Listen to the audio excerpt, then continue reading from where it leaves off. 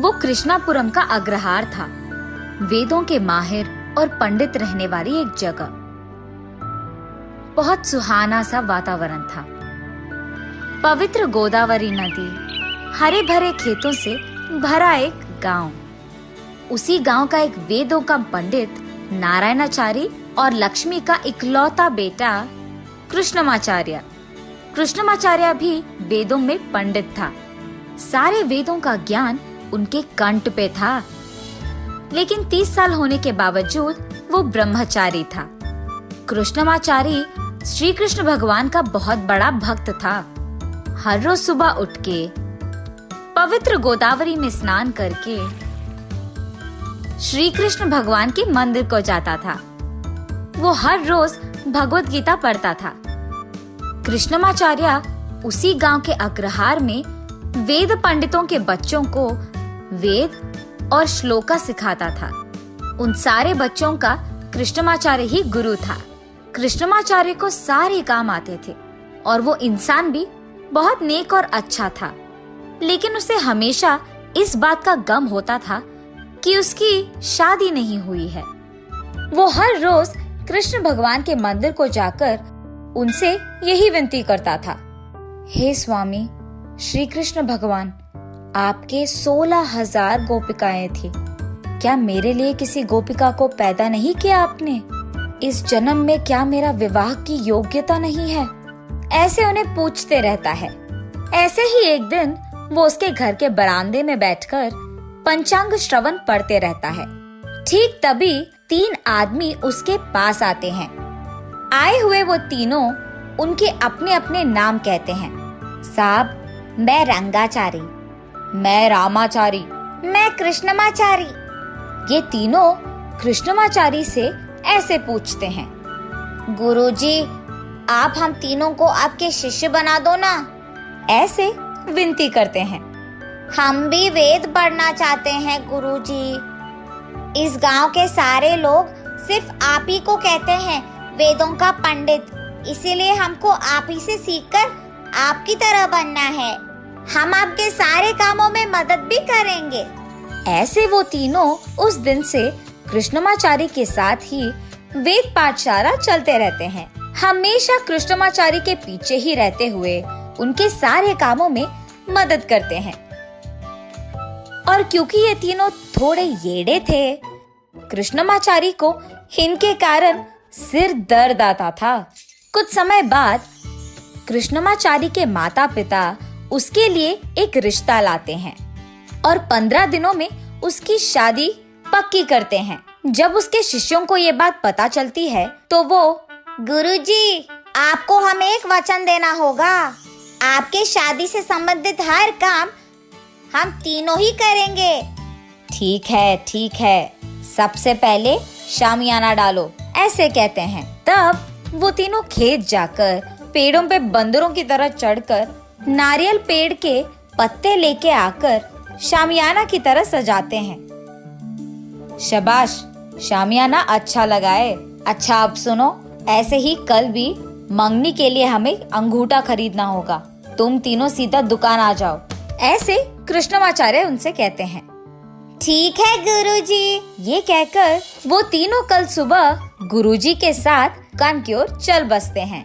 गहनों के दुकान जाकर वहाँ सभी अंगूठे देखते रहते हैं, मगर ये तीनों बगल में जाकर, अरे सुनो, गुरुजी की शादी है तो हमें भी अच्छा दिखना है, तो हम भी एक एक अंगूठा ले लेंगे। ये फैसला करके खुद के लिए एक एक अंगूठा ले लेते हैं। उसका बिल लिखवा के सीधा गुरुजी के पास ले जाकर, गुरुजी, हमारी शॉपिंग हो गई है, ये लीजिए हमारा बिल, आप बिल भर के आ जाइए।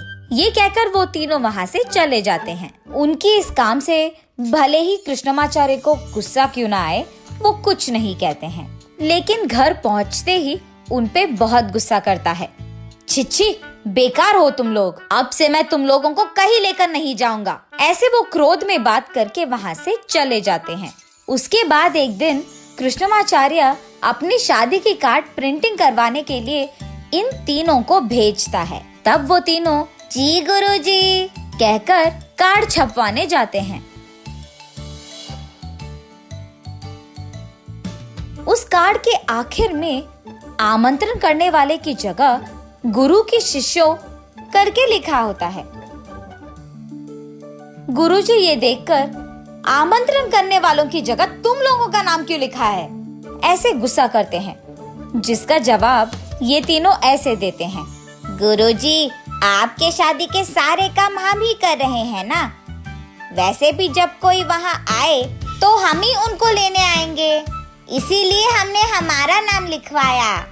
हाय भगवान, तुम लोग कितने नासमझ हो। तुम लोगों को ये काम देने के लिए मुझे अपने आप को कोसना पड़ेगा। ये कहकर वो अंदर चले जाते हैं।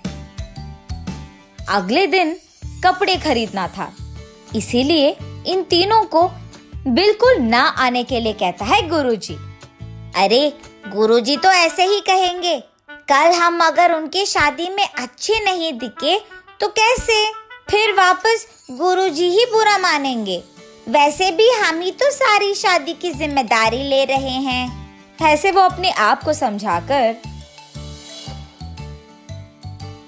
गांव में मौजूद कपड़ों के दुकान को जाकर तीनों रेशम कपड़े खरीदकर दुकानदार को, बाबू, हम इस गांव के वेद पंडित नारायणाचार्य के बेटे के शिष्य हैं। वो हमारे गुरुजी हैं। 2 दिन में उनकी शादी भी है, इसीलिए उन्होंने कहा कि हम यहाँ दुकान में कपड़े खरीद सकते हैं। पैसे वो खुद भर देंगे। हम अभी कपड़े ले जाएंगे, तुम शाम को उनसे पैसे ले लेना, ठीक है? ये कहकर वो वहां से चले जाते हैं।